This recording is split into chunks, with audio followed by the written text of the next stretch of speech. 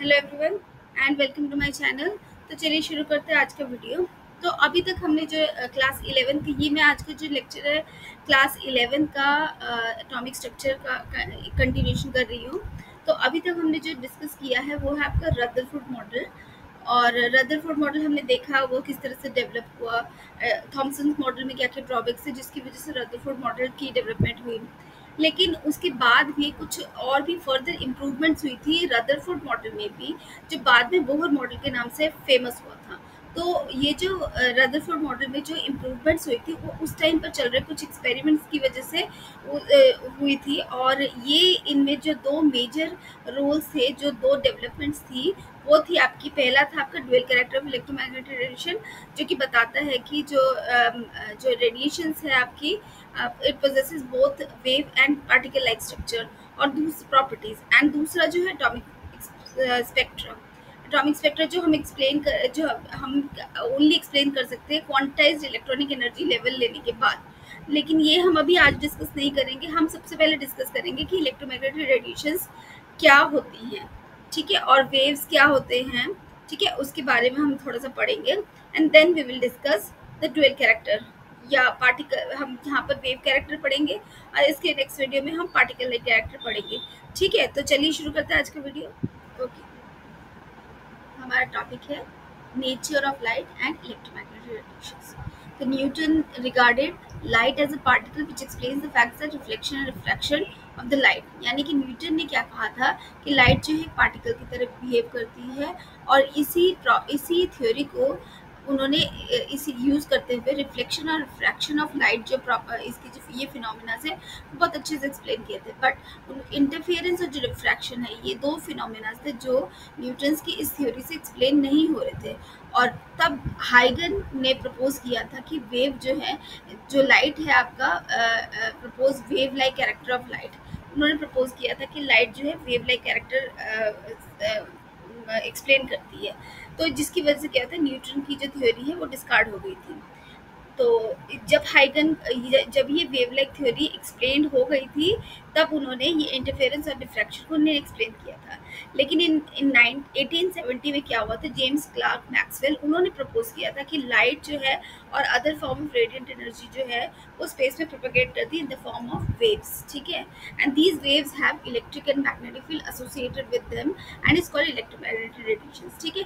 इनमें इलेक्ट्रिक और magnetic field दोनों होते हैं और इसको बोलते हैं इलेक्ट्रोमैग्नेटिक रेडिएशंस।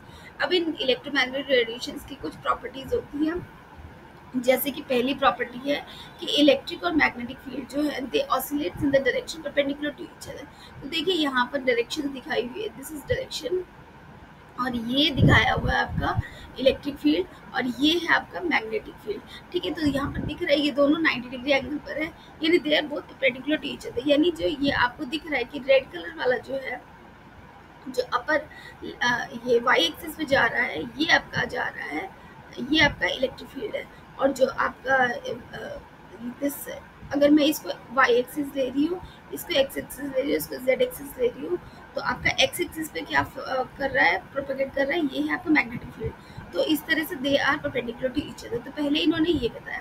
और दूसरा क्या था property, electromagnetic waves travels in the same speed. ये सारी वेव्स ना एक ही स्पीड में ट्रैवल करती है, जो अप्रॉक्सीमेटली 3 × 10⁸ मीटर पर सेकेंड की स्पीड से फ्लो करती है, और इसको बोलते हैं स्पीड ऑफ लाइट, ठीक है।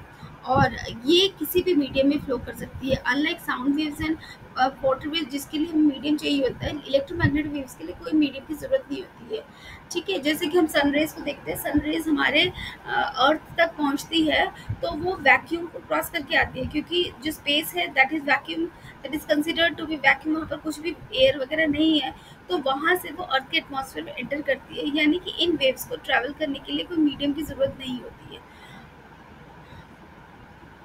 और दूसरा क्या है, there are many types of electromagnetic radiations which differs from one another in wavelength या फ्रीक्वेंसी, ठीक है। तो ये इलेक्ट्रोमैग्नेटिक रेडिएशंस जो है, इनके ये अलग अलग फॉर्म्स में आते हैं, इनके डिफरेंट वेवलेंथ है, डिफरेंट फ्रीक्वेंसी होते हैं, और इनको क्या कहते हैं, इनको कहते हैं इलेक्ट्रोमैग्नेटिक स्पेक्ट्रम। तो देखते हैं इलेक्ट्रोमैग्नेटिक स्पेक्ट्रम क्या होता है। ओके, तो ये है हमारा electromagnetic spectrum. This is an arrangement of different types of electromagnetic radiation in the order of increasing wavelength। देखिए इंक्रीजिंग वेवलेंथ है, वेवलेंथ इंक्रीज कर रहा है, ये इलेक्ट्रोमैग्नेटिक स्पेक्ट्रम है। यहाँ पर सब दिखाया हुआ है, दिस इज विजिबल लाइट। ये इसके लेफ्ट साइड पर आपके अल्ट्रावायलेट एक्सरेज गामा रेज है, और इसके राइट साइड पर infrared microwaves and radio waves है। ठीक है, इसको अगर फर्दर आप देखना चाहते हैं तो देखिए ये आपका विजिबल लाइट है, विजिबल स्पेक्ट्रम है, यानी this is the visible spectrum. ये दिखाया हुआ है आपको दिस पोर्शन। ठीक है, इसके इस साइड पर है अल्ट्रावायलेट रेज और इसके इस साइड पर है आपका इंफ्रारेड रेज। तो हम देख पा रहे हैं, देखिए यहाँ पर इस पॉइंट के बाद यहाँ पर सारी वेवलेंथ जो है आपकी इंक्रीज कर रही है। This is 600 nanometer, 700 nanometer and this is, और इस साइड पे हमारे तो 500 नैनोमीटर, 400 नैनोमीटर लाइक दिस। ठीक है, तो यहाँ पर जो विजिबल लाइट की जो एनर्जी है, लोएस्ट एनर्जी जो होती है, मिनिमम वेवलेंथ जो होती है, यहाँ तक इस पॉइंट पर पहुँचते पहुँचते यहाँ पर वेवलेंथ होती है 380 नैनोमीटर, और इसकी जो फ्रीक्वेंसी होती है दैट इज 7.5 इंटू 10⁻14 हर्ट्ज। ठीक है, और जबकि इस साइड पर अगर हम जाते हैं तो यहाँ पर जो है वेवलेंथ कितनी है, दिस इज आपकी 760 नैनोमीटर्स, जो रेड कलर की है। जो ये सबसे ज़्यादा वेवलेंथ हमें पता है कि सबसे ज़्यादा वेवलेंथ रेड लाइट की होती है, और इसकी जो फ्रीक्वेंसी होती है 4 into 10⁻14 hertz.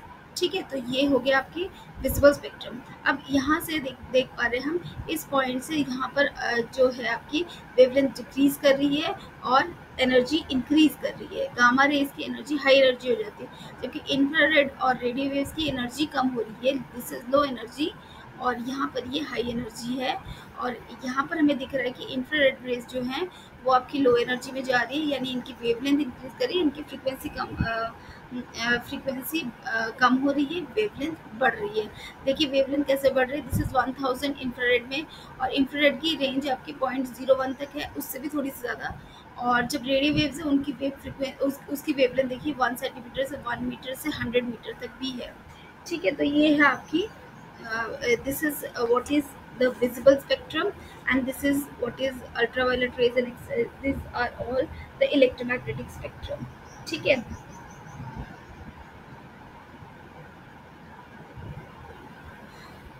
Okay, our next topic is waves, and first हम देख लेते हैं what are waves। तो waves may be considered as a disturbance which originate from some vibrating source and travels outward as a continuous sequence of alternating crest and trough। ठीक है, तो इसका क्या मतलब ये है कि अगर सपोज करो ये जो आपको पिक्चर दिख रही है, ये पिक्चर हमें कैसे मिली है, ये एक स्टिल वाटर है, स्टिल वाटर में आपने किसी ने एक स्टोन थ्रो किया और वहाँ से ये इस तरह की डिस्टर्बेंस क्रिएट हुई।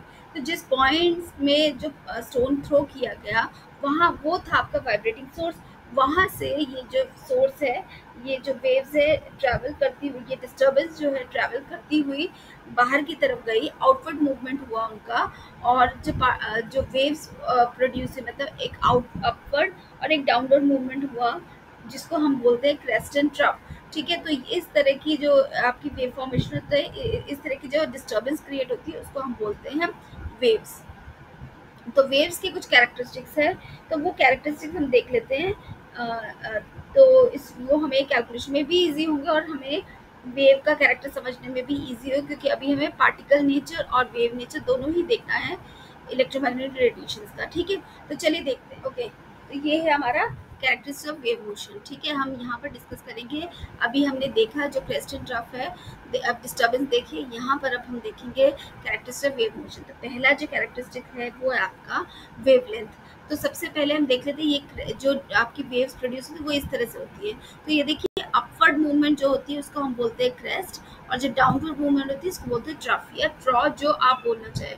ठीक है, और यहाँ पर जो आपकी वेवलेंथ है वो हमें रिप्रेजेंट किया जाता है लैम्डा से, और इसकी जो यूनिट होती है ये होती है angstrom, and 1 angstrom is equals to 10⁻⁻8 centimetre, और it is equal to 10⁻10 metres. ठीक है, तो ये आप याद रखिए। ओके, और द वेवलेंथ क्या होती है, it is the distance between two adjacent crest and trough. तो टू एडजेसेंट क्रेस्ट कौन सा है, ये एक क्रेस्ट है, ये एक क्रेस्ट है, इन दोनों के बीच का जो डिफरेंस है ये जो ये डिफरेंस है इसको बोलते हैं हम लैम्डा। आप ट्रफ्स में भी यही देख सकते हो, यहाँ पर लिखा हुआ है ये भी वेवलेंथ ही है और इसको भी हम लैम्डा से ही रिप्रेजेंट करेंगे। ठीक है, इसके और भी यूनिट्स आपको आ जाएंगे बाद में, हम वो बाद में डिस्कस करते हैं, जैसे पिकोमीटर, नैनोमीटर वगैरह। ठीक है, तो अभी के लिए आप what is wavelength, it is lambda and इसकी यूनिट क्या है, आर्मस्ट्रॉन्ग। ठीक है, नेक्स्ट है आपका फ्रीक्वेंसी। तो फ्रीक्वेंसी क्या होती है, this is the number of waves which passes through a given point in 1 second. इस फ्रीक्वेंसी तो कितने, एक सेकेंड में आप अपनी घड़ी को देखिए, घड़ी में आप चेक कीजिए 1 सेकेंड और उसमें चेक कीजिए कितने नंबर ऑफ वेव्स बन रहे हैं। सपोज करो मेरे ये, अब हम पहले सबसे पहले ये देख लेते हैं कि वेव्स कौन से होते हैं। एक कंप्लीट वेव किसको बोलते हैं, मतलब कोई भी वेव अगर एक क्रेस्ट और एक ट्रफ को कंप्लीट करता है, यहाँ पर पहुँचता है, तो ये इसने एक फ्रीक्वेंसी मतलब एक इसने वेव कंप्लीट किया। सेम अगर मैं दूसरा करूँगी, ये इसने फिर से एक और कंप्लीट किया, लाइक दिस। ठीक है, तो अगर मैं बोलूँ इसने किसी वेव ने इतनी कंप्लीट की, ये कितनी वेव्स कंप्लीट की, 3 वेव्स, यानी 1 सेकेंड में इसने 3 वेव्स कंप्लीट की, तो ये उसकी फ्रीक्वेंसी हो गई। ठीक है, और इसको हम डिनोट करते हैं न्यू से। न्यू ये कुछ ऐसा होता है न्यू। ठीक है, the unit of frequency are cycle per second और रेसिप्रोकल ऑफ सेकेंड, यानी कि पर सेकेंड भी बोल सकते हैं, और इसका जो ऐसा यूनिट है वो होता है आपका हर्ट्ज। ठीक है, तो 1 हर्ट्ज क्या होता है, 1 hertz equals to 1 cycle per second. ठीक है,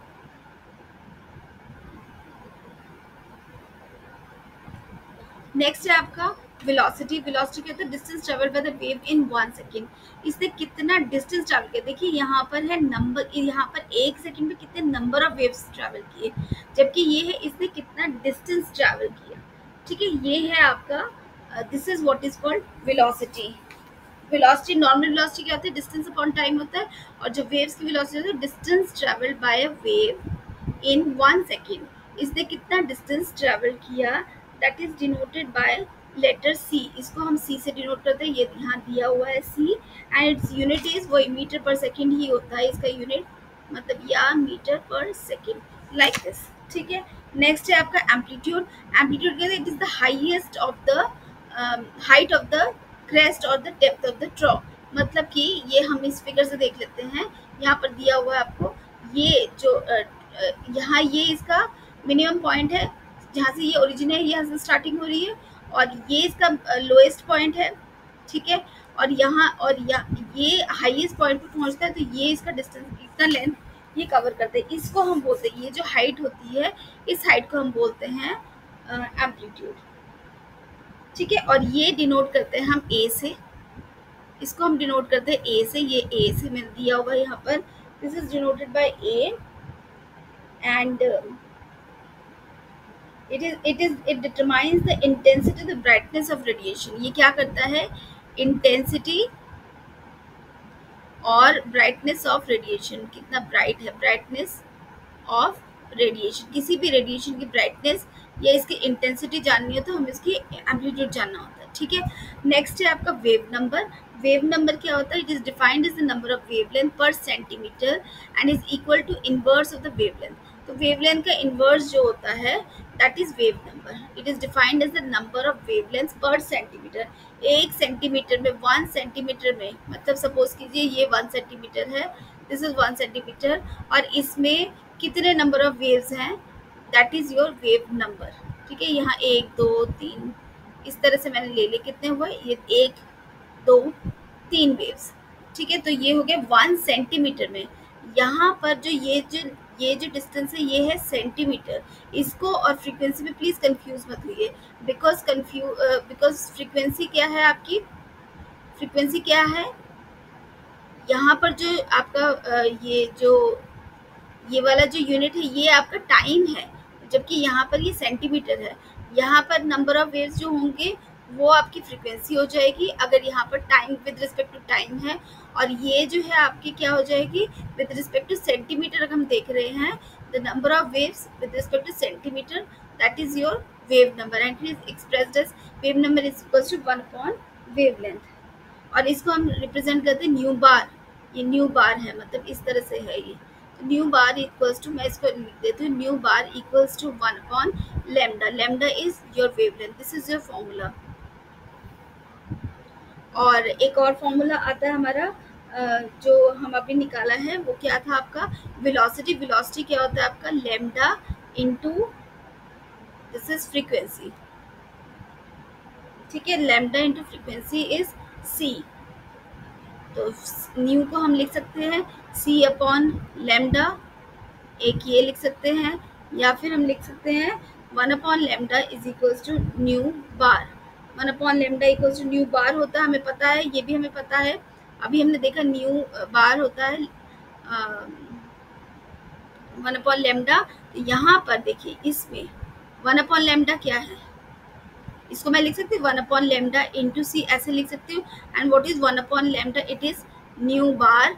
तो आपका nu is equal to nu bar into C. तो this is also another formula, याद रखिए इसको, ठीक है। C into wave number equals to number of frequency, velocity into wave number equals to wave is equals to frequency. Velocity, this is c is velocity, wave number, इन दोनों को multiply करेंगे तो we will get frequency, ठीक है। तो चलिए इससे related कुछ numericals. Okay, our question is, the Vivid Bharati station of All India Radio, Delhi, broadcasts on frequency 1368 kilohertz. Calculate the wavelength of electromagnetic radiation emitted by the transmitter. Which part of the electromagnetic spectrum does it belong to? तो चलिए देखते हैं ये question. तो यहाँ पर क्या दिया हुआ है आपको, फ्रीक्वेंसी दी हुई है, न्यू दिया हुआ है आपको कितना, 1368 किलो हर्ट्ज। तो सबसे पहले हम इसको हर्ट्ज में कन्वर्ट कर लेते हैं। किलो हर्ट्ज 1368 इंटू 10⁻³ हर्ट्ज, ठीक है। ये हो गया हमारी फ्रीक्वेंसी। और क्या दिया हुआ है हमें, विच पार्ट, हमें क्या निकालना है, हमें वेवलेंथ निकालना है, यानी हमें निकालना है लैम्डा। तो हमारे पास एक फॉर्मूला है, क्या है, velocity equals to lambda into frequency, ठीक है। ये फॉर्मूला हम यूज़ करेंगे। तो यहाँ पर हमें c क्या है, what is c, c is 3 into 10⁸ meter per second. ये हमें पता है, ये स्पीड ऑफ लाइट है जो हमने यूज़ किया हुआ, स्पीड ऑफ लाइट, ठीक है। और क्योंकि वो c वहाँ पर मैं बताना भूल गई थी, c जो होता है आपका वो वेलोसिटी ऑफ लाइट है, और हमें पता है velocity of electromagnetic radiations, they all travel with the same velocity which is 3 speed of light which is equal to 3 into 10⁸, इसीलिए यहाँ पर 3 इंटू 10⁸ लिया हमने, ठीक है। और ये हर्ट्ज जो होता है हमें पता है, ये पर सेकेंड होता है, दिस इज इक्वल टू, तो इसको हम लिख सकते हैं 1368 इंटू 10⁻³ पर सेकेंड। तो ये आपकी यूनिट हो गए, दोनों की यूनिट सेम हो गई। Now you can put it, तो 3 into 10⁸ equals to lambda we have to find out, and it is 1368 into 10⁻³। तो लैम्डा हो जाएगा आपका 3 इंटू 10⁸ डिवाइडेड बाय 1368 इंटू 10⁻³। ये हो जाएगा आपको, इसको करेंगे हम, this is 3 divided by 1368 into 10⁸, 8 minus 3, 8 minus 3, it will B 5।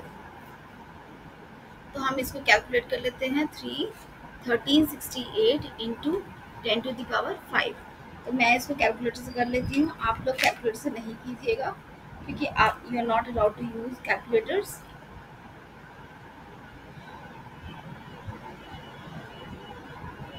तो आपका आंसर है 3 divided by 1368, that is coming equal to 0.00219 into 10⁵, ठीक है। तो यहाँ पर मैं इसको लिख सकती हूँ, ये 1 2 3, it is 2.19 into 10⁻³ into 10⁵, equal to 2.19 into 10⁻², और आई कैन राइट 19 यहाँ पर 3 है, ठीक है। तो ये लिख लेते 219.3, दिस इज मीटर्स।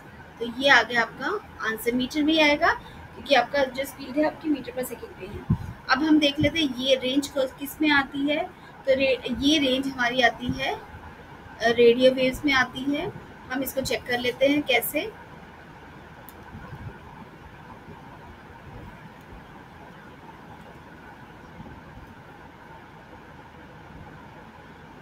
देखिए रेडियो वेव्स क्या आ रही है, हमारा वैल्यू आ रही है 2193, यानी ये रेडियो वेव्स मतलब अबव दिस आ रही है। ठीक है, तो ये आपके रेडियो वेव्स के अबव आ जाएगा, हम उसको रेडियो वेव्स ही कंसिडर करेंगे। ठीक है,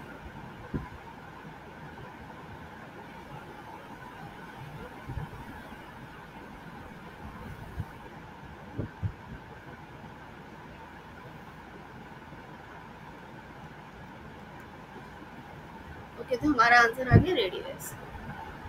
ठीक है, नेक्स्ट क्वेश्चन देख लेते हैं। ओके, नेक्स्ट क्वेश्चन देख लेते हैं। हमारा क्वेश्चन है the wavelength ranges visible spectrum extends from violet is 400 nanometer से रेड आपका 750 नैनोमीटर है। Express the wavelength in frequencies. अब हमको इसको फ्रीक्वेंसी में प्लेस करना पड़ेगा। हम वही सेम फॉर्मूला लेंगे। वेवलेंथ सबसे पहले की वेवलेंथ क्या है, लेमडा 1 क्या है आपका 400 नैनोमीटर्स। ठीक है, और लेमडा 2 क्या है आपका 750 नैनोमीटर्स। ठीक है, हम फॉर्मूला इस पर सेम ही लेंगे, c is equals to lambda into nu, यही फॉर्मूला हम यूज़ करेंगे, where c is equals to 3 into 10⁸ meter per second. और नैनोमीटर को हमें फर्स्ट कन्वर्ट करना पड़ेगा। ये हो जाएगा 400 नैनोमीटर को, नैनोमीटर इज 400 इंटू 10⁻⁹ मीटर्स होता है। ठीक है, तो ये हो जाएगा, और यहाँ पर लेमडा 2 हो जाएगा आपका 750 इंटू 10⁻⁹ मीटर्स। तो ये लेमडा 1 और लेमडा 2 आ गया हमारा। ठीक है, तो अब हम इस पर पुट करते हैं वैल्यूज़। मैं दोनों को साइमल्टेनियसली कर रही हूँ ताकि जल्दी हो जाए हमारा क्वेश्चन, और वीडियो काफ़ी लंबा बन रहा है इसलिए।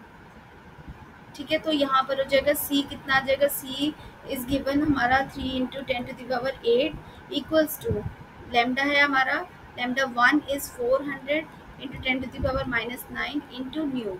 तो न्यू हो जाएगा हमारा 3 इंटू 10⁸ डिवाइडेड बाय 400 इंटू 10⁻⁹। तो ये हो जाएगा 3 और 3 डिवाइडेड बाय 400 इंटू 10⁸ और 9 है, ये यहाँ ऊपर जाएगा, तो ये हो जाएगा 10⁸ और 9 17, तो प्लस हो जाएगा, और हमारा आंसर क्या आ जाएगा, तो 3 divided by 400 equal to 0.07। Okay, तो हमारी वैल्यू आ जाएगी 3/400 की 0.0075 इंटू 10⁻17, और ये कितना आएगा पर सेकेंड, या फिर सेकेंड टू द पावर -1, और इसको हम लिखेंगे 7.5 इंटू 10⁻, यहाँ पर 1 2 3 प्लेसेस ऑफ डेसिमल है, -3 इंटू 10⁻17, यानी ये आ जाएगा 7.5 इंटू 10⁻14 हर्ट्स हो जाएगा। डायरेक्टली मैं हर्ट्स ही लिख रही हूँ। ठीक है, तो ये हो गया आपका एक फ्रिक्वेंसी। और दूसरे की देख लेते हैं, सेम फॉर्मूला लगेगा, तो मैं डायरेक्टली निकाल रही हूँ। न्यू हो जाएगा आपका 3 into 10⁸ divided by 750 divided into 10⁻⁹, तो it will be equal to, इसको हम कैलकुलेट करेंगे, तो ये आ जाएगा हमारा 3 divided by 750 and it is coming equal to 0.004 into 10⁻⁻, plus 17, 10⁻17,